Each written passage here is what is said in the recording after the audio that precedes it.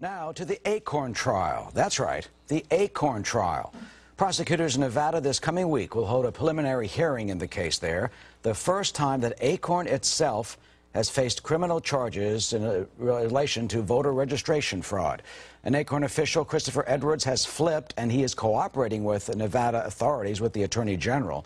He will testify against A.C.O.R.N and another former official. This as A.C.O.R.N appoints a former Massachusetts Attorney General to investigate its practices.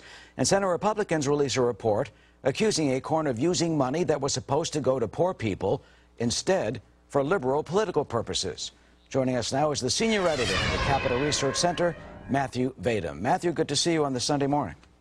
Thank you for having me, Eric. Yeah, what is the meaning of this case in Nevada? We'll be covering it the first time that A.C.O.R.N is on trial itself. You know, they've always said it's the workers at A.C.O.R.N, if they are guilty of anything, it's the workers' fault.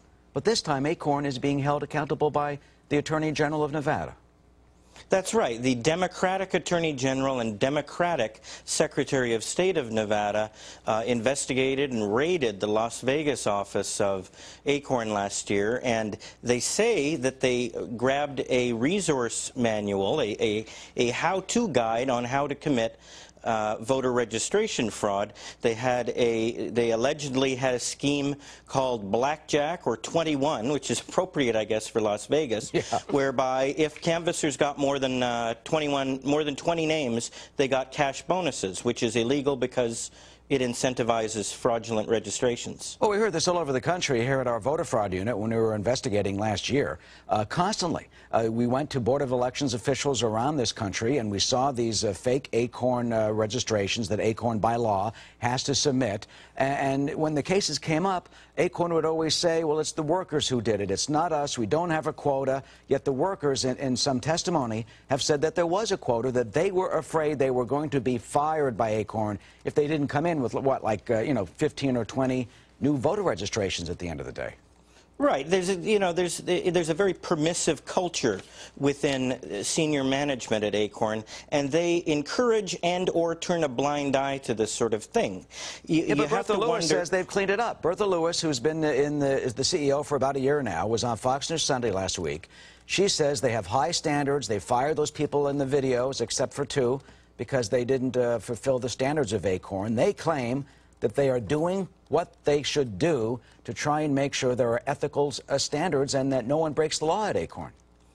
Yada, yada, yada. Bertha Lewis always says things like that. Last year, after the $1 million embezzlement, after news of that broke, that the founder's brother, Dale Rathke, had stolen $1 million and that A.C.O.R.N, including Bertha Lewis, had covered up that $1 million embezzlement for 8 years, they tried to do the same whitewash. They had an internal management committee of 3 honest A.C.O.R.N national board members who started asking questions and demanding financial documents as they were ordered to do by the National Board in June of last year at its meeting. And when they actually demanded production of those documents, they were told they couldn't have them, and then eventually they were vilified and demonized, and they were purged from the organization in fall of last year. So that's A.C.O.R.N's idea of cleaning things up. Well, she's not here to defend herself. You're accusing her of covering that up, but that did become the A.C.O.R.N 8. I'm not the only one to accuse her of that. They did become the A.C.O.R.N 8, which is the reform group. And you talk about Dale Rathke. Right.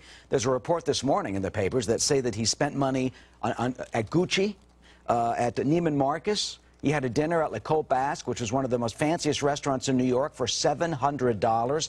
I wish I could afford to eat there. Yeah, but I mean, he apparently was using, or allegedly using A.C.O.R.N money, maybe living high in the hog doing this. It might have even been taxpayer dollars mixed in there. We don't know because of the convoluted state of A.C.O.R.N's finances. As Senator Charles Grassley, the leading nonprofit watchdog on Capitol Hill, concluded last week, there appears to be some racketeering going on, some money laundering. A.C.O.R.N routinely transfers millions of dollars between its affiliates. The most egregious example I found in my research at Capital Research Center last year was A.C.O.R.N affiliate American Institute for Social Justice wrote a check for almost $5 million to the lead ACORN entity, because ACORN is a network of hundreds of nonprofit affiliates. $5 million. Now, what other kind of organization transfers millions of dollars from one branch to another without explaining what's really going on? Very suspicious, and Senator Grassley is asking questions about that, and it's long overdue. Well, there may be hearings if John Conyers accepts that, and Gerald Nadler of New York, and ACORN says that what it has done is legal, and Bertha Lewis says they have applied to all laws.